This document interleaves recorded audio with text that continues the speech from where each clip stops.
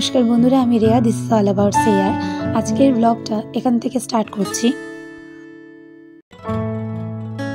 सकाल सकाल हाजबैंड के बोलेছিলাম যে পাশেই এক জায়গায় ভাপা পিঠা বিক্রি করছে, তুমি একটু এনে দাও।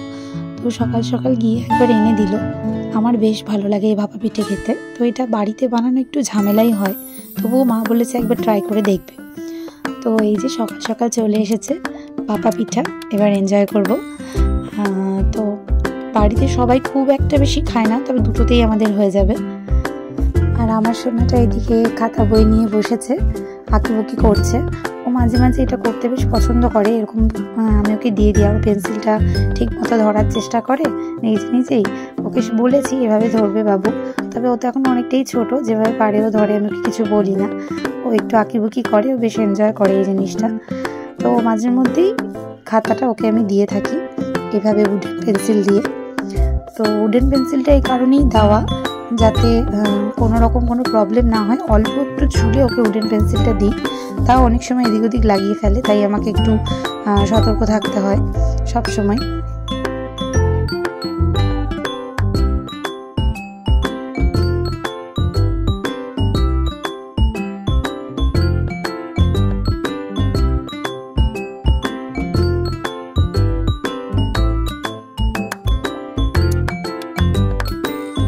আদির সঙ্গে খেলতে খেলতে সময়গুলো যে কিভাবে পেরিয়ে যায় বুঝতেই পারি না।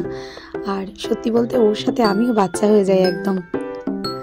তো আজকে একটা নতুন ব্রেকফাস্ট তোমাদের সাথে শেয়ার করব। নতুন ঠিক বলা যাবে না, এটা হয়তো অনেকেই বানাও বাড়িতে, তবে আমাদের তো রেগুলারলি মুড়ি বা রুটি এই ধরনের কিছু ব্রেকফাস্ট হয়ে থাকে।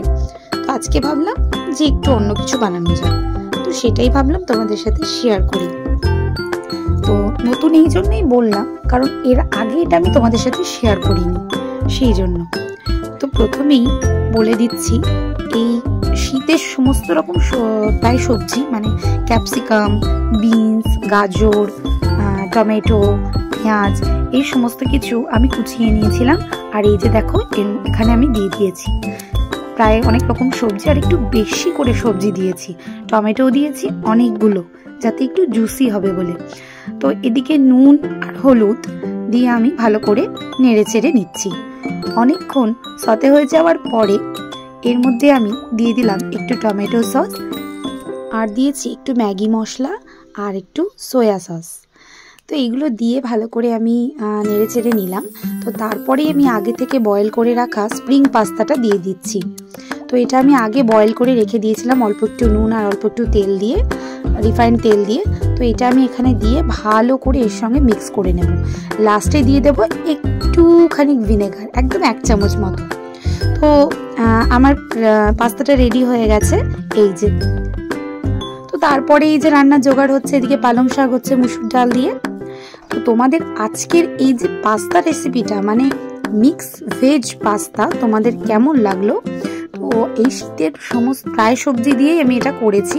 আরও অনেক সবজি থাকে, কিন্তু সেগুলো খুব একটা পাস্তার সাথে ভালো লাগে না, সেই জন্য এই কটা সবজি দিয়েই করলাম। তো পাস্তাটা সত্যি খেতে খুবই দারুণ হয়েছিল।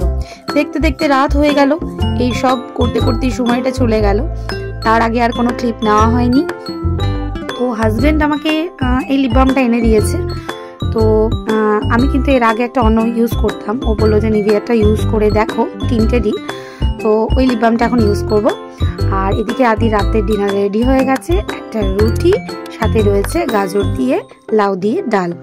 তো এটা ওর রাতের ডিনার। হ্যাঁ, এতগুলো রুটি, এত বড় রুটিটা কিন্তু ও একা খাবে না। তো মাঝখান থেকে কিছুটা হয়তো খাবে, বাকিটা আমাকে খেতে হবে। আর ওই ডাল থেকে ও অল্পটাই খাবে। তো আজকের ভিডিওটা দেখতে দেখতে যারা শেষ পর্যন্ত চলে এসেছো, তারা একটা লাইক এবং সাবস্ক্রাইব অবশ্যই করে দিয়ে যাবে যারা সাবস্ক্রাইব করোনি। তো ফিরছি আবার নতুন ভিডিও নিয়ে অন্য একদিন। ততদিন তোমরা ভালো থেকো, সুস্থ থেকো। ধন্যবাদ।